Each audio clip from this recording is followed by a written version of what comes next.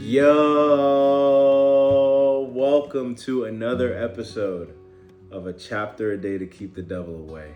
I am Tanaya Shea, and this is the place where we read a chapter of the Bible a day until we finish the entire thing. To keep it real, I did not want to do this today. This is the first time it's taken 28 days for me to not want to do this. Every other time, I feel like there have been moments where I'm like scrambling to the finish line or, getting it done really early, which is a little more rare, or like kind of bogged down with editing all of it because it's like a longer chapter. I've been rambling, etc., etc., etc. Today, I found myself like, I really just don't want to do this today. And as I was trying to kind of drill into what it really was, it had nothing to do with reading and everything to do with like not wanting to edit or not wanting to like set up my already really simple setup and like go outside in the backyard, all the places that I'm typically in to kind of make space for it. I was like, I don't feel like doing all of that today. And I was like, sir, you don't need to, this doesn't need to be burdensome. Make it simple. Today, I have an empty little wooden contraption. I set my phone on it. It is resting on my ginormous water bottle, and we are in the den, in the house. My sister's behind me, and we're just gonna get it done. So today, we are keeping it simple, and as a result, my joy for this has returned. We are gonna be in Genesis 28 today. If you haven't checked out Genesis 27, go watch the video from yesterday. It was a good one. They're all good ones, not because of me, but just because the book is good. Because he is good, and his word is like honey. Anyway, let's get into it. Genesis 28. So Isaac called for Jacob, blessed him, and said, "You must not marry any of these Canaanite women.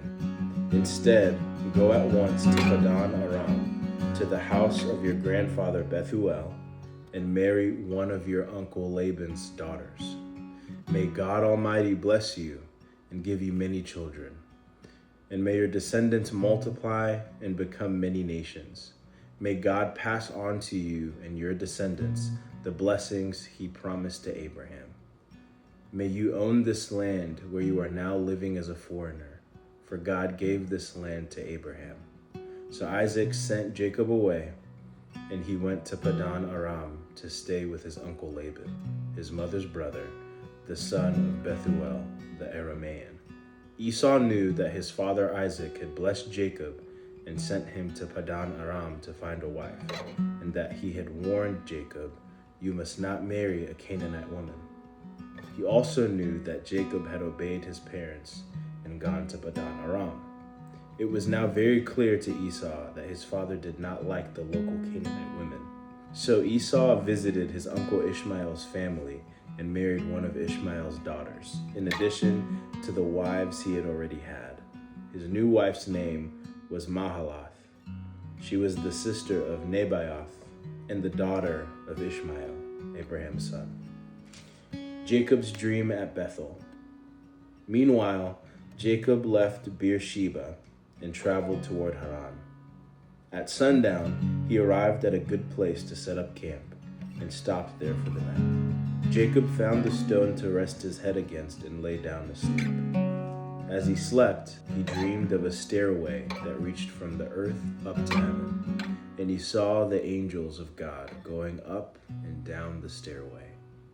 At the top of the stairway stood the Lord, and he said, "I am the Lord, the God of your grandfather Abraham, and the God of your father Isaac.